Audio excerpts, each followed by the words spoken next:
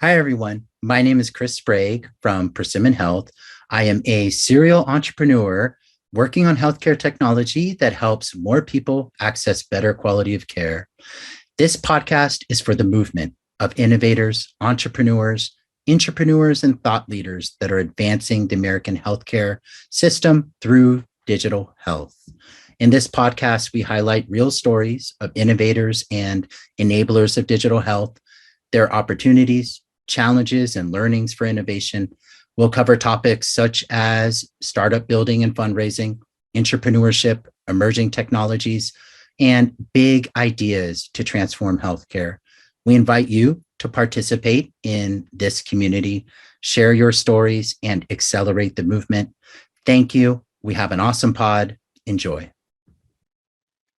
Hello, digital health community. I'm so excited for our guest today, Rohan Siddhanti. Rohan is currently VP of Partnerships at Healthy and navigated there through his own career in healthcare startups and health systems, world-class training at places like Wharton, and even other areas than digital health, like digital strategy for the White House. But today, he's going to be wearing his other hat, which is a healthcare community builder, evangelist, and thought leader.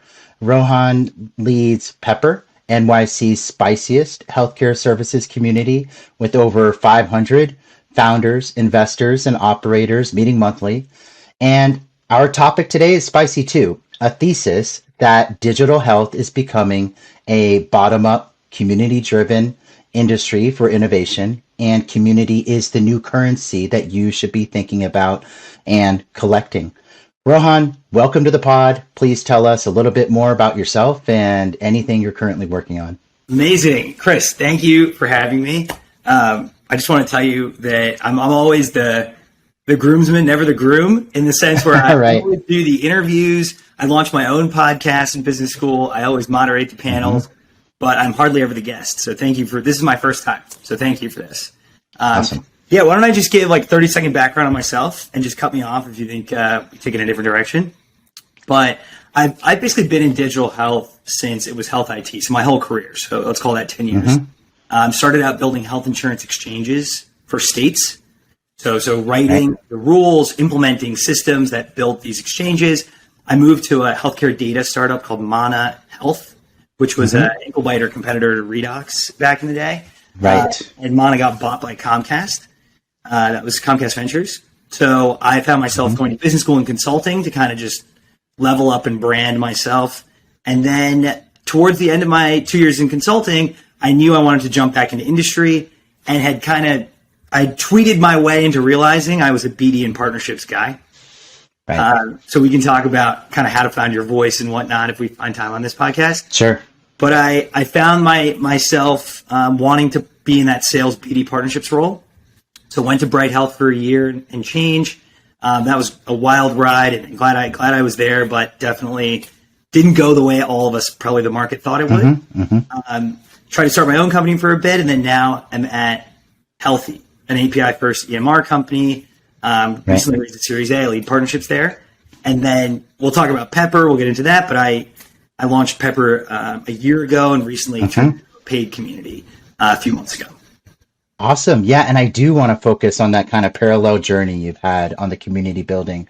But as we dive into why community may be the new currency, how about first stop? What is a digital health community? And can you share kind of the evolution of digital health communities? What's existed and what didn't? I would love to. So first of all, it's a squishy term. And increasingly, it's going to be a very abused term, meaning everyone's going to say they're running a community. I think if you put some kind of soft ground rules around it, a community is an organization that exists solely for the purpose of the members' social interaction, learning, and go to market, rather than simply for one single company to profit and make money. So it's kind of it exists for the collective of the members, but that can take many forms. So just to rewind the clock for a second, I didn't invent communities. Like, none of us today are the pioneers. The pioneers of communities were folks, patients and doctors who from the 70s and 80s started banding together around particular topics to galvanize that interest. So be it like HIV and AIDS, or moms who wanted to not just have to go to a pediatrician and could make a decision, healthcare decision for their family. That was the 70s and 80s. The 90s, we saw the rise of patient groups and provider groups. So the 90s, with the internet, we saw the ability for patients to find other patients like themselves. So communities were basically listservs and forums. Okay. Right. News groups. Yep. Right. And then it was really the 2000s where you started to see online organizing become a pillar in healthcare. So people like Matthew Holt, Healthcare 2.0, and the various other MD Disrupt and various other groups that came up, that is when you started to see people communicate and form social bonds that weren't just work. Then the evolution of accelerator culture and really the heyday of digital health in the 2010s, all the way up to COVID, and now what I call, the new community. We can go into what that is, but it's much more Slack-based. It's much more geography-based. It's much tighter in scope. It doesn't have to do with conferences. We can describe my community and others, but that's kind of the evolution of it. Healthcare has always relied on communities for its evolution. Right. I mean, maybe let's talk a little bit about the emergence of these new communities, really post-COVID. Yeah. And, just the whole concept of community evolving and everyone being at first forced to be on Slack and remote and meeting each other. And now how it's evolved into in-person being an option and some of those opportunities that affords. Yeah. I want to take a step back. This is not really a healthcare phenomenon as much as it's a societal phenomenon. So we just rewinding the clock, when I talked about online organizing in the 2000s, that's also how Barack Obama got elected, right? That was what he was famous for, was galvanizing communities using the internet. So to think about it in today's terms, COVID made us all much more intentional about where we apply our time and how. And if we're going to step outside of the house, it better be for a good reason, right? And so, admittedly, sorry, but it's still that way, right? So communities are the evolution of that. You start to realize that these societal factors of massive loneliness, intentionality when it comes to stepping outside of your house, and the need for kind of purposeful interaction, those three are all massive kind of societal trends that intersect for people professionally, right? So think about those when I talk about how we birth these new communities. These new digital health communities came about mostly because they started from listservs. So people had these giant listservs, right? Or Substacks that they had pushed over time. They got very popular during COVID. And then the Slack community was born. So it became free, frictionless, and easy to pop into one of these Slack communities, right? And it became a way to instantly connect with people you needed. The evolution of the Slack community is the in-person community and the hybrid community. Largely geography-based. We can talk through examples. That is kind of an evolution. Where it's going to keep going is the hybrid model, which no one has really perfected yet, as well as the spread, across geographies. Yeah. So you're talking about these different flavors of communities, and we're talking about digital health, some online, some in person, and now these new hybrid models.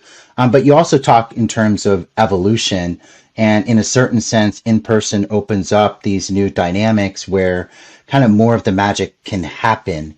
What are the advantages of those types of in-person activities? Hybrid or just in person that, you don't get online.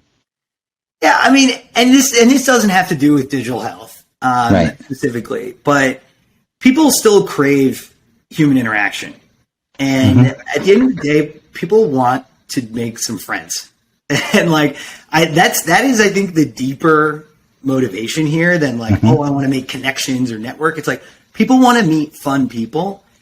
And when they step outside of their house, they're measuring the ROI mentally on getting ready and leaving the house and having to do all that, go through the anxiety of walking into a bar where nobody. It's there's a high hurdle rate for leaving your home.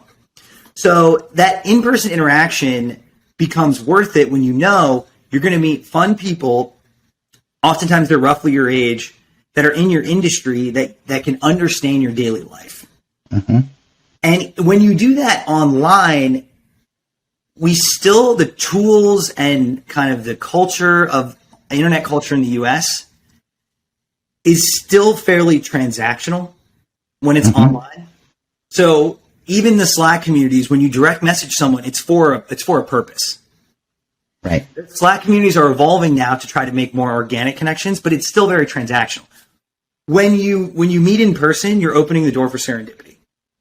And that serendipity for not just connections and networking, but like serendipity for fun is what people want to allow into their lives. And they're willing to, once or twice a month, go roll the dice on that serendipity. Right. Absolutely. Yeah. Let's dive in and add a little color to some of these digital health communities that exist today. Yeah. So there's scenes in some cities like New York and San Francisco, others maybe both online and offline examples. Would love to hear about some that you know about or find interesting. Yeah, 100%. Before I go into that, Chris, can I put you on the spot and ask you, are you a part of any communities yourself? Like, have you been, or even in their past, doesn't have to be healthcare? Yeah, no, absolutely. I've been a part of communities for healthcare, right? We're running the Digital Health Community podcast. So it's a mini community that we've created amongst founders and investors that, of course, we interview, but we do a little bit of the, continuing engagement, for example, around newsletters and when we're all going to show up at the same place at the same time, for example, a health conference or maybe HIMSS, probably not, or a Vive. Then make sure we all know and we get to meet in person too. In my past, definitely for different education related communities, which was my first stomping ground as a entrepreneur. And now, a lot of online communities and kind of split between email, Slack, and Discord. Yeah. Okay. Awesome. Right. So you've got a good, and these days, like most people, whether it was through choice or not, kind of end up being in some kind of community. Right. Frankly, like your biggest group text thread is your smallest community. Right. Roughly, that everybody's a part of, right? Okay, cool. So I think just to set the stage, so I think your question was, what are some examples of these communities? Let's dive in, right? Yeah, exactly. The first thing I have to say before I go in, break this down, is that I have an extremely coastal view of what community means. Not just because I'm like a classic Northeast DC guy, but my entire network is basically the two coasts. So I am severely lacking in my experience. Go ahead. No, exactly. No, I mean, your stomping grounds are your stomping grounds. Yeah, and I want to admit go for it. Because there's so many healthcare powerhouse cities and locations that are not the coast. So anyway, I just want to bring that up. Sure.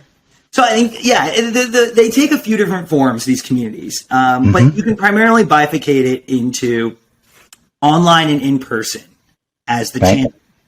And then you can bifurcate it on another axis as sort of like part-time / hobbyist or full-time scaled. So those are sort of your four quadrants, right? So online, in person, full-time, or hobby. Okay. And you're seeing sort of a lot of emergence in the part-time hobbyist and especially the online bucket. So for example, there's Health Tech Founders, which is run by Maitri Joshi, which is a free Slack community that she just runs, has structure in the channels, but she kind of just lets it run itself, right? And there's hundreds of people in that community. Same with Healthcare PMs, run by some folks on the West Coast, free part-time hobby. Another bucket is full-time, mostly online. So you have HTN, Health Tech Nerds is the most famous. I think there's more than 3,000 people in there. Nikhil Krishnan's Out of Pocket. That's one where you have to apply to get in, but that's Nikhil's full-time job, Kevin's full-time job, and they manage these communities as they make revenue. That's how they put bread on the table, right? Right. Then moving over here, you have the full-time but also in-person communities. That is sort of an empty bucket. Right now, that's basically conferences. but I wouldn't call conferences communities. So that's sort of an empty bucket. And then the last quadrant is these part-time but in-person communities. I would put myself with Pepper, Harry Goldberg with Health Tech Hang in San Francisco, Gus Roman with Health Tech Homies, which is across many cities. And by the way, I put out a tweet thread yesterday in our podcast where I list all of these communities and how to get in them. So we can send that to your readership. We'll put it in the show notes for sure. Cool. So I kind of made those quadrants for you so you can get a sense of that kind of how things are evolving. Those types of communities exist in all the cities that I mentioned, like San Francisco, New York, Austin, etc. But so let me pause there. Any questions on that? I would love to know how some of these communities are structured. So for example, let's just take Pepper. You guys meet in general monthly, and these are 500 people that could be different motivations. So the entrepreneurs or the investors or the operators that are running innovations. What do you guys talk about, or how do you decide what you do when you get there? Yeah. So let me start answering that question by telling you that communities don't scale. Okay. They simply do not scale. And what I mean by that is, in order to actually provide deep value for your community, it needs to be very focused on what the value prop is and why they're showing up. So I'm painting this picture to answer your question, because when you do meetups, you need to give people a clear understanding of the value they're going to get when they show up. Right. So for Pepper, we do different types of meetups so that people understand the ROI before they leave their house. Okay. The general meetup is the once a month open invite at a bar. That's really just like fun and serendipity. You know that I, Rohan, the founder of Pepper, have pre-selected the group, and there's a high chance of you meeting like good, smart, fun people there. So let's just roll the dice and go have some fun, right? That's why most people show up. A separate type of meetup is founder only. So at founder only, it's pretty obvious. You're sharing tips on how to keep your company alive and raise money, right? Right. Sometimes I bring VCs there, sometimes I don't, right? Then there's small group dinners, where around a very particular topic, people know it beforehand, they sign up beforehand, and the host facilitates a group discussion for that dinner. So those are the kind of three primary types I do. Right. The discussion center around the value prop for why you're there. Does that all make sense? Yeah, no, it does make sense.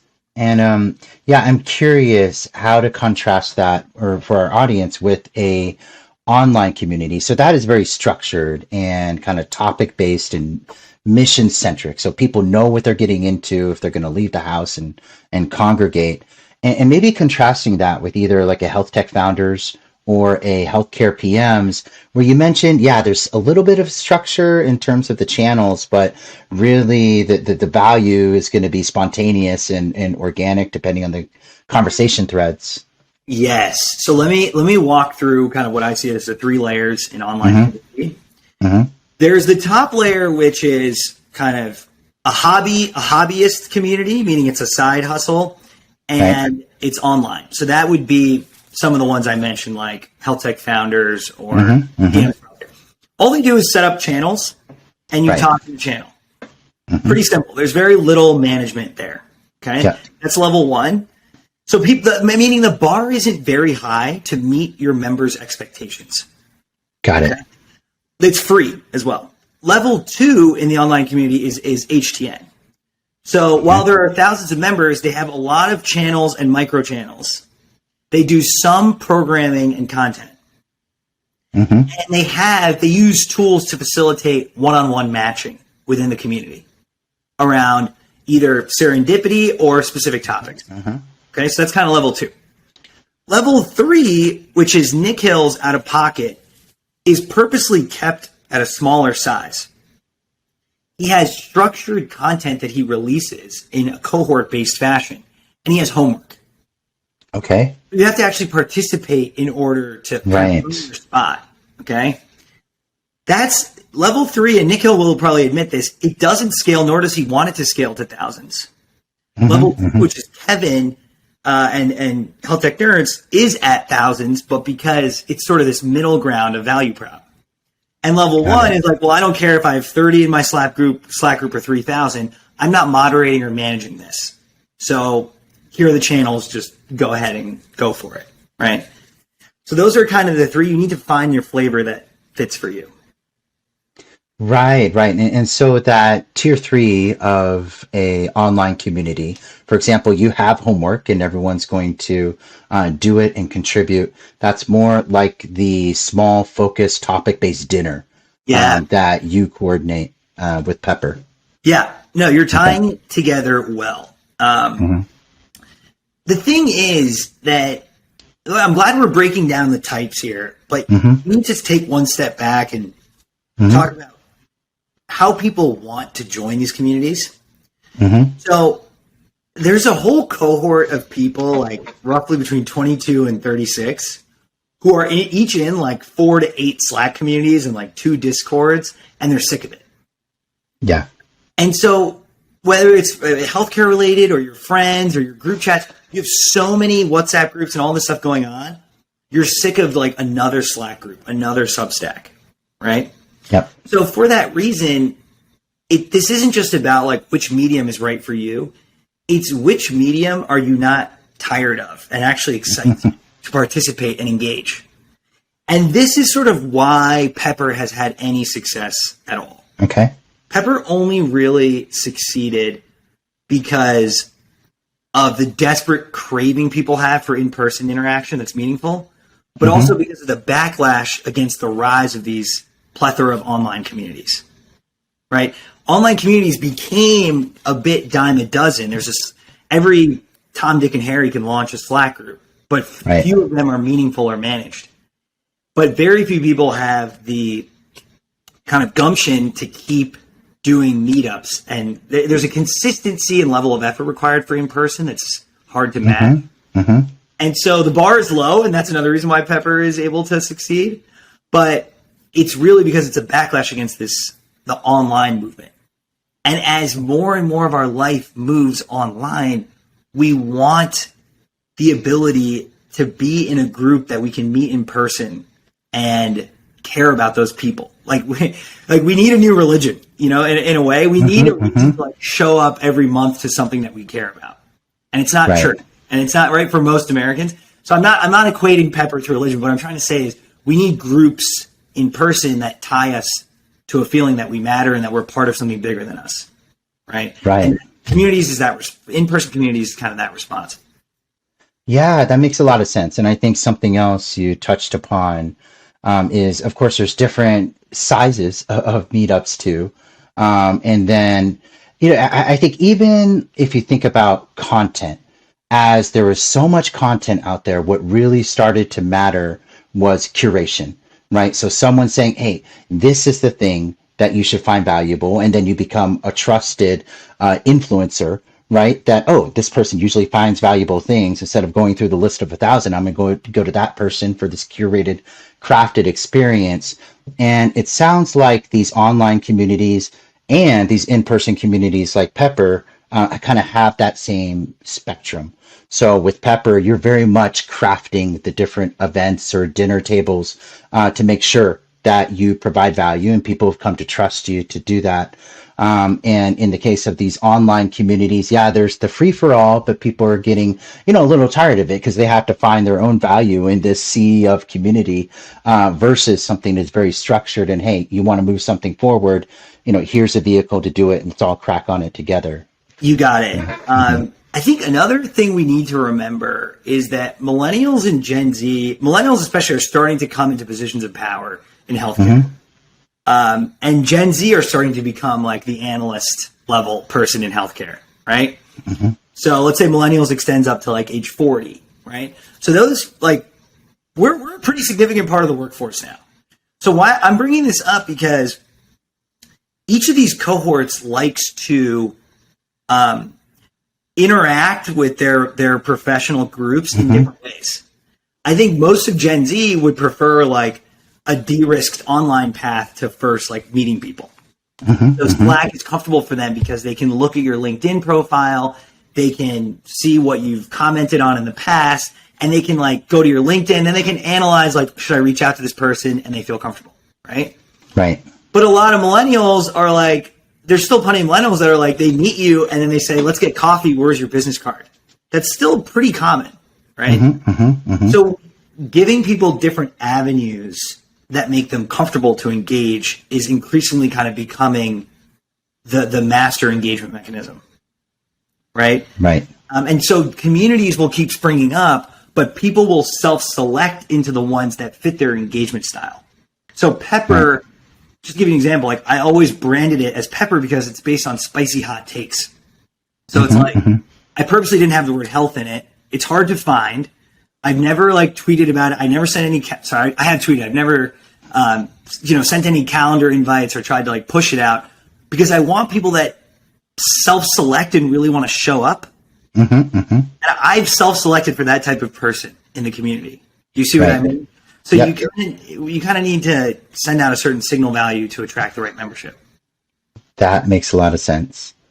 I'm just wondering, and then there's this other scale of massive online community that evolved during COVID, but not necessarily within healthcare, but that actually moved markets. So for example, like these Reddit Wall Street Bet communities or the crypto communities that literally all would get behind something like, let's say, GameStop, and kind of change the world. But I'm just kind of curious, is there anything that could be analogous in healthcare?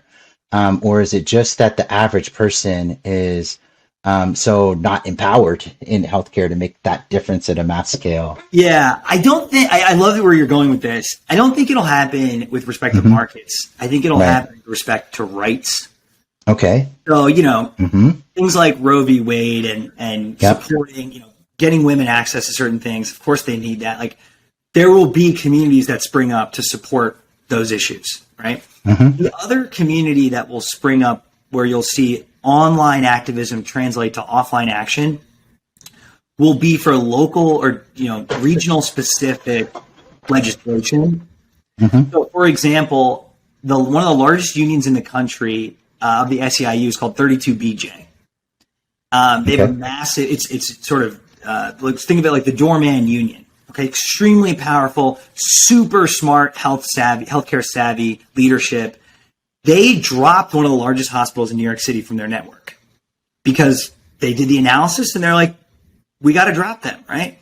32BJ is pushing for certain legislation and price transparency in New York City.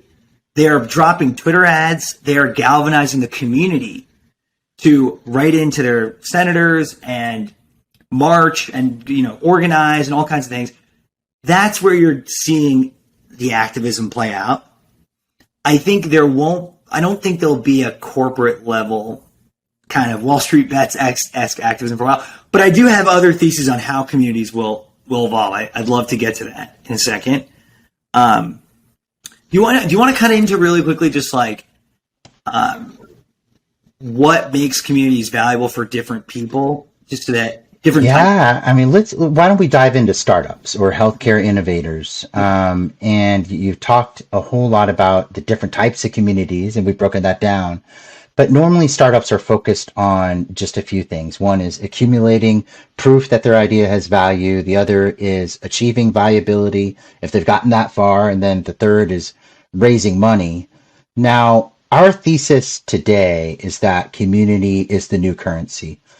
So why would community be so important to healthcare startups or innovators? Yeah, I agree with the value prop you said. I want to add one more, which is learning.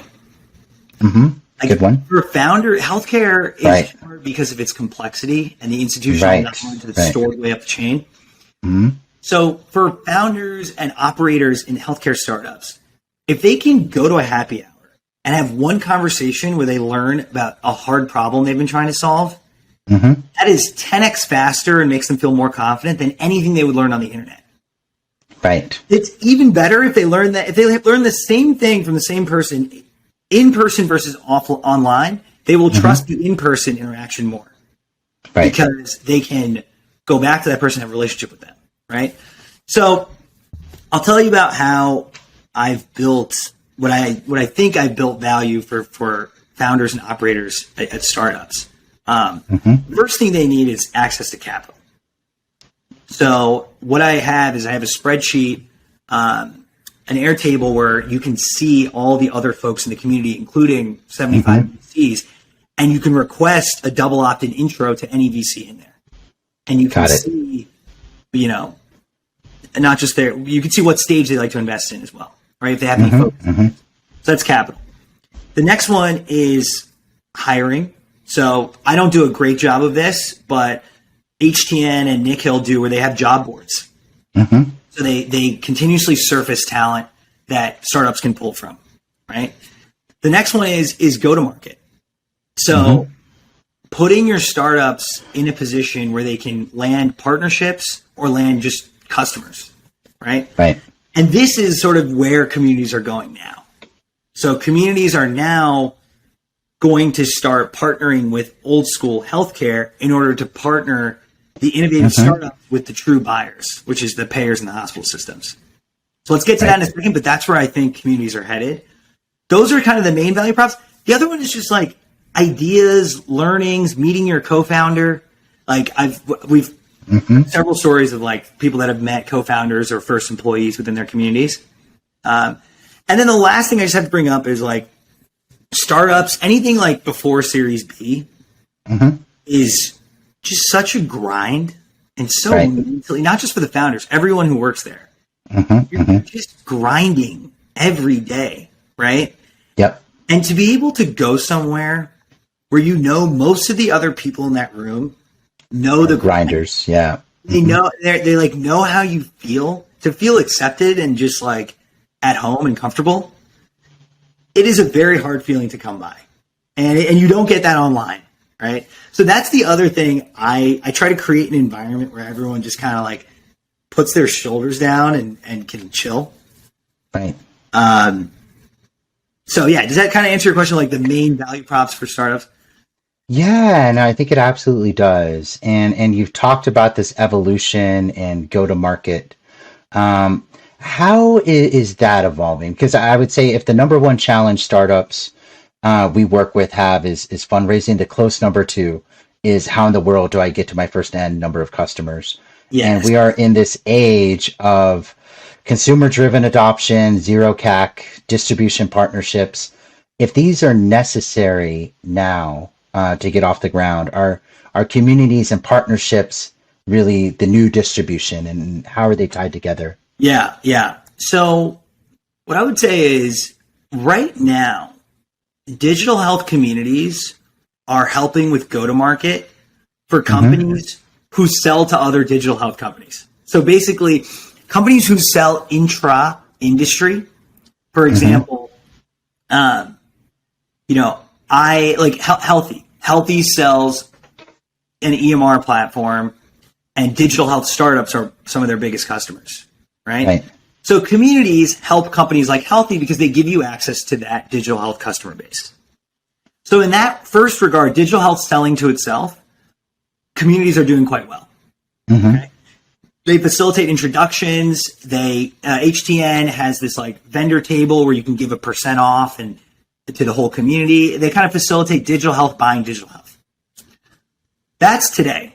Where we're going to go is we're going to start to see payers, major VC arms with LPs, hospital systems, and regional kind of community systems start to partner with these kind of regional innovative digital health communities, because the top ultimately controls the purse and the bottom ultimately controls the innovation.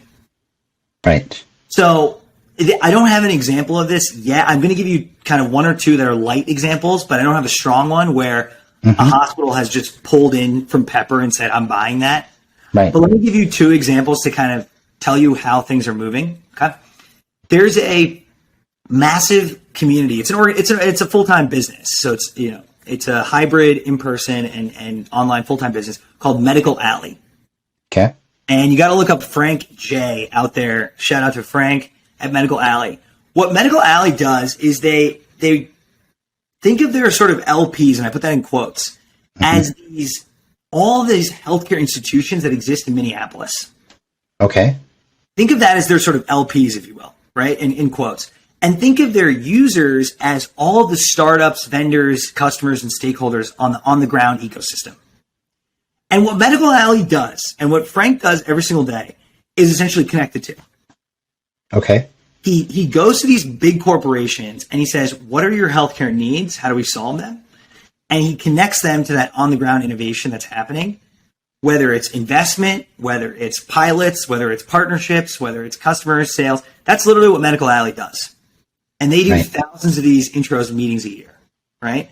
They are the only community that I know that has really nailed this and has scaled to a degree that's just impressive, right? So let me pause there. Any kind of questions about how that works? I think there's something implicit in what you're talking around, and what Frank does is that it's almost become necessary to surface above the crowd as far as healthcare startups for health systems and payers, because of all of this history of them getting pitched by each and every startup. So it comes back to curation and relationships, if you could expand upon that. Yes, I agree with you. It does come back to curation relationships. It comes back to having the tech stack support what are each person's needs. So figuring out like what is your corporation's needs, buying ability, what areas of focus do they care about, diabetes, MSK, and then kind of putting the right startups there. By the way, it's not just Medical Alley in Minnesota.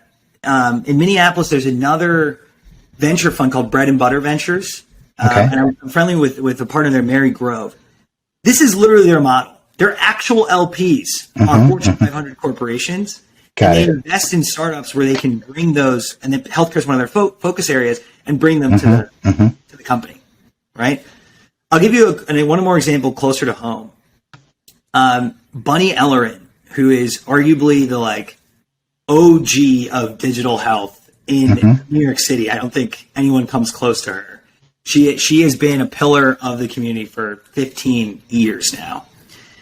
She now runs an organization rebranded as DHNY, Digital Health New York. Okay. And it has in it, it's sort of like a very souped up pepper. It has in it many of the buyers and participants from not just large digital health startups, but payers and hospital systems in the area as well. She is actually bringing together a lot. So her meetups have all the stakeholders. Mine is just startups, VCs, operators. Hers also has buyers and sellers in the same room. Hospital execs, digital health execs in the same room. So that's another example of how someone is kind of bridging that gap today. Yeah, no, absolutely. And I mean, anyone familiar with going to any industry conference, right? One of the models there is connecting buyers and sellers. And it sounds like now that's becoming more consistent and regional and probably topic specific in some of these communities that are built for that. Yeah. And I think the other thing you got to remember is when you walk into one of these meetups and you're an actual functioning member, like you know what the meetup is, you know who started it, whatever. You walk in with a fairly high trust factor. And that also you cannot get on the internet. So there's kind of high trust and low trust environments, right? Right. When you walk in, I'm not saying everyone in Pepper trusts everyone, completely, but you kind of walk in with this belief that people there are good people. They're not there to screw you, and they're probably interesting and have something to offer you. That's a high trust scenario in your life. There are very few rooms you walk into that are high trust. Definitely not any conference, right? I mean, that's super low trust, right? So the ability for these communities to add value relies on the high trust environment, and then relies on the curation of the people, and then relies on the matching ability of the technology platform or the founder of the community. And if we can escape, the way you're going to hit escape velocity is when that matching ability and that high trust environment isn't reliant on the founder of the community, but is reliant more on the brand. So when the brand can stand alone outside of the founder of that community, as I believe HTN has done and Nick Hill is starting to do, Okay. then we will start to see kind of the true evolution where we'll be able to connect with buyers. Where a hospital system, let's say North Shore LIJ, like a large, I'm making this up, right? A large hospital system in New York will say, I want to partner with Pepper because I trust the brand. Like, Right. It's hard to even conceptualize that right now, but that's where we're going. Because it's sort of the natural way that I think innovation will start to occur. Right, got it. And now there's some, I don't know, you could call them community-based organizations that have been trying to establish their brands, in particular for healthcare innovation. But that could be any healthcare project coming out of Y Combinator or redesign.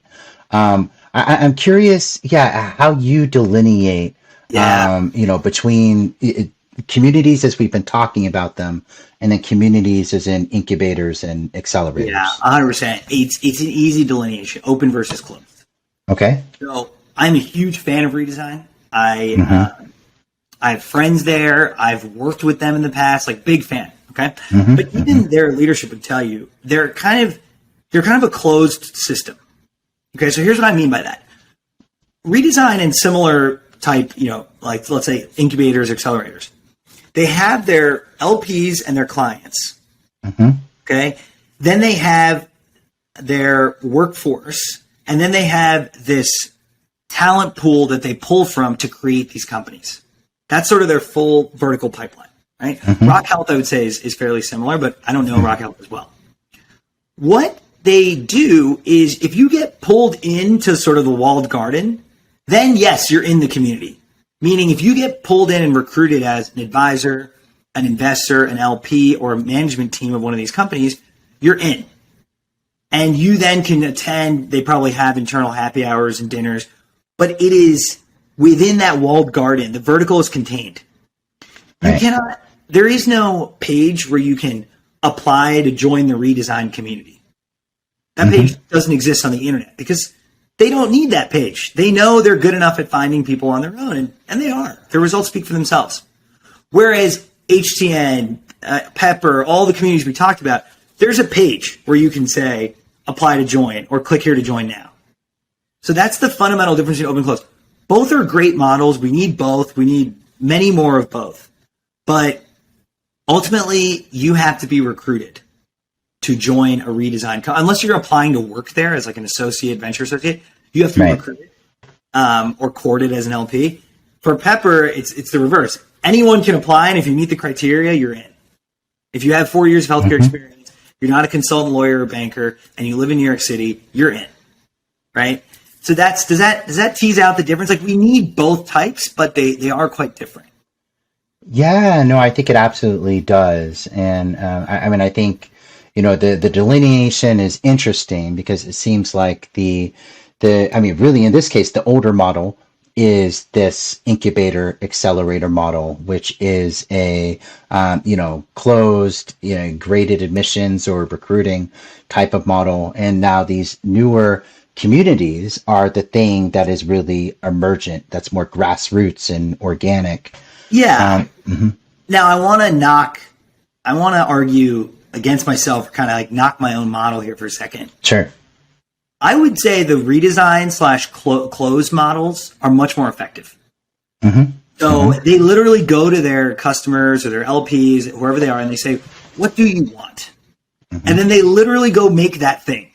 And a year later, they have a functioning company that solves the exact problem that their customer wanted in a quarter of the time it would have taken. So that's Pepper will never do that. Like that's incredible. The apparatus that they built is just wild, right? Right. But that's serving a very specific function for a very specific group of people. And it doesn't exist in order to facilitate social bonds or community ties or serendipity. It doesn't exist for those things. We need both models to keep the industry going. Digital health is a pretty niche industry. This is kind of my next thing I need to write about, but I believe that the net dollars or the net lives that flow through digital health versus old school healthcare is very small. It's like 10% or 20% or some number like that. If digital health is going to break out and become healthcare, the two are going to merge. We're going to need more of both open and closed systems. We're going to need more of both. We're going to need both to merge. We're going to need partnerships across them. We're going to need old school, hospital systems to partner with new school communities. We're going to kind of need this whole ecosystem to thrive. And that's kind of my big agenda this decade is like, how do I get the two, old school and new school, to kind of merge together? Right. Yeah, no, I think you've made a comprehensive case for why communities matter, can definitely be viewed as a new currency in digital health. But I'm curious, you're saying you want to work on this for the next decade. What would you want to see really, or what is your prediction about the digital health communities and where they'll be in the next 5 to 10 years? Yeah, I mean, predictions wise, I think first of all, every city will have digital health communities, be they small or large. Every single city will have this because, frankly, America in general is moving to become a community-based country. Communities are springing up across industries.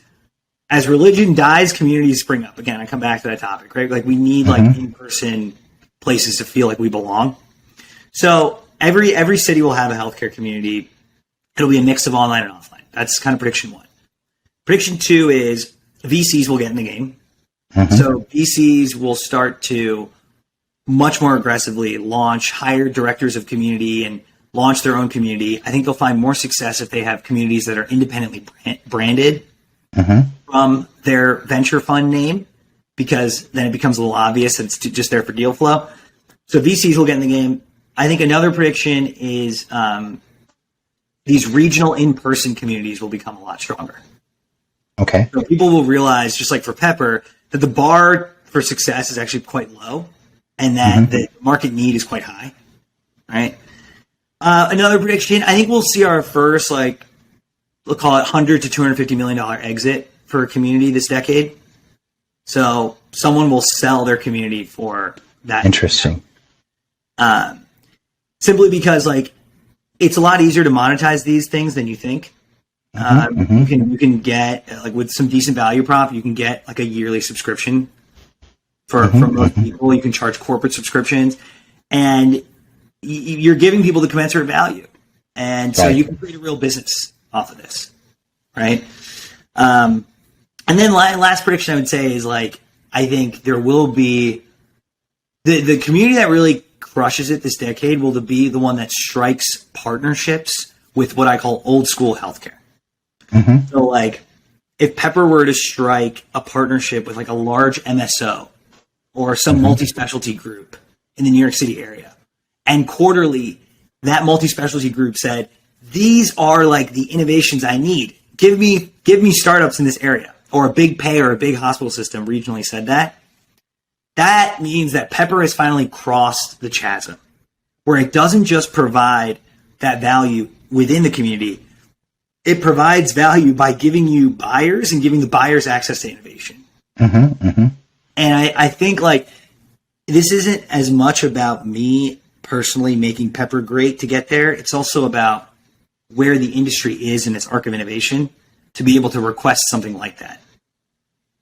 So do those kind of, which of those predictions? Yeah, no. I think they're all on. I'm just curious, when you say where the industry is in their arc of innovation, where is healthcare in their arc of innovation? Pretty far behind every other industry. I think you could agree with that. Thankfully, digital health has now been around for a solid 10, 12 years, but you could even stretch it to 15. So we've gone through some the Gardner curve of Trove disillusionment, et cetera, et cetera. We're kind of leveling out now. But when I say arc of innovation, I don't mean how innovative are we? I mean, how do we find and interact with innovative ideas? That's the arc I'm more interested in. It's unlikely I'm going to think of the most innovative company in the industry, but I have a shot at changing the model for how influential people find and interact with innovative ideas, that model, that framework they have in their head, I have a shot at changing that over the course of my career, right? And so I think some of your previous guests, Jess DeMassa is another example. Like she first of all knows a lot, so she knows enough about healthcare to be dangerous. But then her personal connections and the people she interviews are both like the Glenn Tolmans who are super innovative selling and the old school folks. She does both. And her personal network bridges both, right? So she's a boundary spanner. So I think she's also influencing this. Anyone in that realm is influencing this arc of how do we find these companies? How do we evaluate them? How do we fold them in more quickly into our buying cycles and pilot cycles? That's kind of the thing I'm really working on, right? And that's kind of the long game. Yeah, absolutely. And gosh, outside of healthcare, do you know of any communities that have pulled that off in terms of that type of relationship with the old parts of the industry, or connecting the buyers and the sellers and the innovators? I don't yet. No. I've started to put feelers. So fintech, I think, is the place where I will find this first. Right. Where someone out there, and it's probably New York City, is starting to connect banks with fintech innovators. Right. I think that's where I should go to look for my model. But short answer, no. I have not found this. Right. There are ways to like pull this off actually in the short run, in the interim. Like, let's say this year at Health, I get 5 buyers from the New York City ecosystem in a room with 20 hand selected founders from Pepper. Put them in a room together at Health and pay for drinks for an hour and see what happens. Right there, it's likely that I've given both sides more access to the other than they otherwise have gotten in a whole year. Do you see what I'm saying? So that there are easy ways to do this, and then there are much more structured ways to do this. And I'm going to kind of play with it and start to figure it out. And if you or your listeners hear of anything, I'm always open to ideas. Awesome. Now, for our listeners, if they're curious about how to find the right community for them, let's say within healthcare, where do they go? Yeah, there is not a definitive resource. I did the tweet storm just for you for this. So I've listed off 10, 15 of the communities I know, and I welcome other people to add to them. They should start there. And if anything, you should just start with the online ones. They're usually free. They're quick and easy to join, and you can get your feet wet. If you're in a city like SF or New York or Minneapolis, reach out to me or look at what I posted, and I'm sure you can join one of those. I have one in Austin as well. That's kind of how to start. I think the other one is like get on some of these healthcare newsletters. The healthcare newsletters, they're all free. They're all out there. I'm sure you've published them before. They often sponsor or put forward these events. So it's an easy way to find out, what are the communities near me just for signing up for these free newsletters. Got it. And then you personally, and hopefully our listeners can learn from this, when you wanted to build Pepper, or you wanted to build your first community, how did you go about it? Like, what did you think about? What role models, what resources? Yeah, absolutely. I probably should have looked at role models and resources. I'm just not that type of guy. I don't always use the instructions when I'm assembling furniture. Sure. So I kind of just started doing meetups. So the way it worked is I texted kind of 15, 20 of my friends in New York City, and I said, let's just start meeting up once a month outdoors and just talk about healthcare and bring like an opinion with you that you think is controversial. Okay. And I did that for 4, 5, 6 months, and more people wanted to keep showing up. So that was step 1. Step 2 was brand and launch a site where people can at least find you. Have some criterion for what value you provide, so therefore what kind of people should show up. And then step 3 is just regularity. I mean, you need to meet up every month. Whatever you do, you need to have some kind of monthly cadence so that people know they're part of something that is real. Right. And then from there, every community will be different. But that's kind of how I did it. I've done meetups for probably a year and 6 months almost now. Mm-hmm. And after kind of branding it and kind of almost 9 months ago, I started to get sponsorship opportunities. Okay. Where, which I think anyone can really access, which is just like, hey, $250, $500, pay for this bar tab, and people will show up. So that's continued to evolve where now this year, most of our meetups are sponsored and they're very focused. Okay, that's cool. Is there any other words of wisdom or advice that you have for our audience? Could be around communities that we haven't covered yet, or as a startup, that we haven't covered. I think the main thing is like really obvious, but just like join one. Okay. You got to join one, and there's no age limit. There's nothing holding you back from joining these. These are the platforms in which the real conversations are happening in terms of like our little innovation corner of the industry. This is where it's all happening. These are where the connections are happening. So if you're in our little sandbox, our little corner of digital health that I believe is this like small kind of corner of the industry, it is hard to be in that, meaningfully participate in that without being in one of these communities.